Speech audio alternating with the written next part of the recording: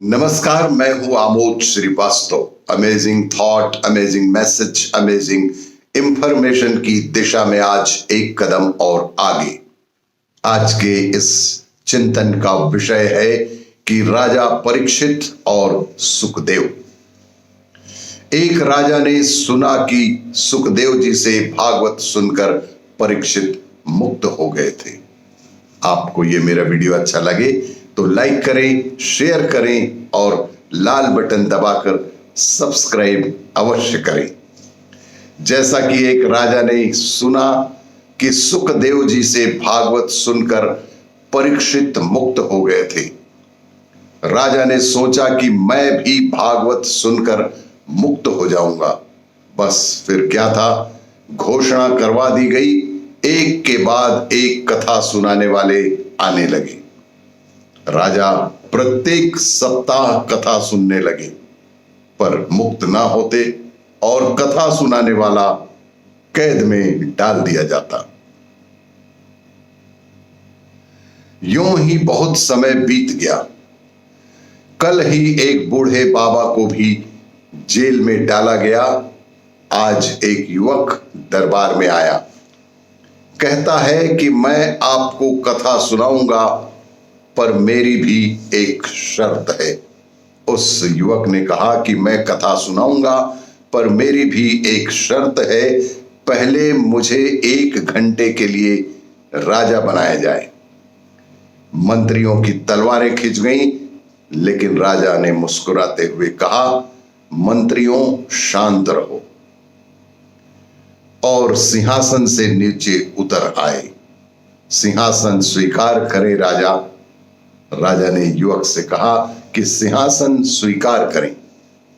युवक सिंहासन पर बैठा और बोला, जेल में बंद मेरे दादा बूढ़े बाबा को दरबार में बुलाया जाए और 2 रस्सियां मंगवाई जाए।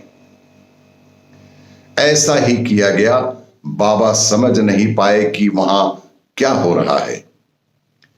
अब युवक ने एक मंत्री से कहा कि एक रस्सी से बाबा को एक खंभे से, तो दूसरी रस्सी से महाराज को दूसरे खंभे से बांध दिया जाए। उस युवक ने सारे संतरियों को ऐसा करने कहा। जब दोनों बंध गए तो युवक ने राजा से कहा कि महाराज, आप बाबा को खोल सकते हैं।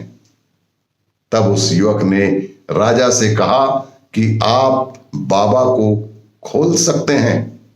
राजा मौन ही रहा। तब युवक बाबा से बोला कि दादाजी, आप ही महाराज को खोल दीजिए।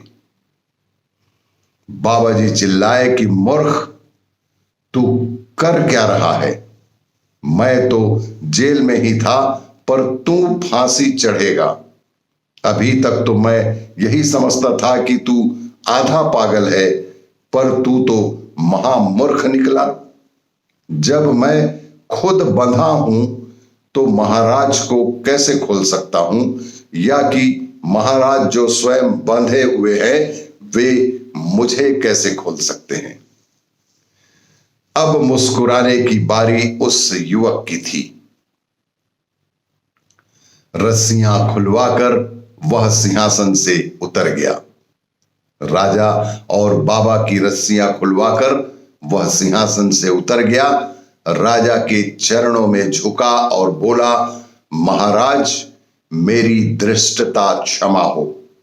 महाराज, मेरी धृष्टता क्षमा हो। मुझे बस इतना ही कहना था कि जो स्वयं बंधन में पड़ा हो वह दूसरे को मुक्त कैसे करेगा?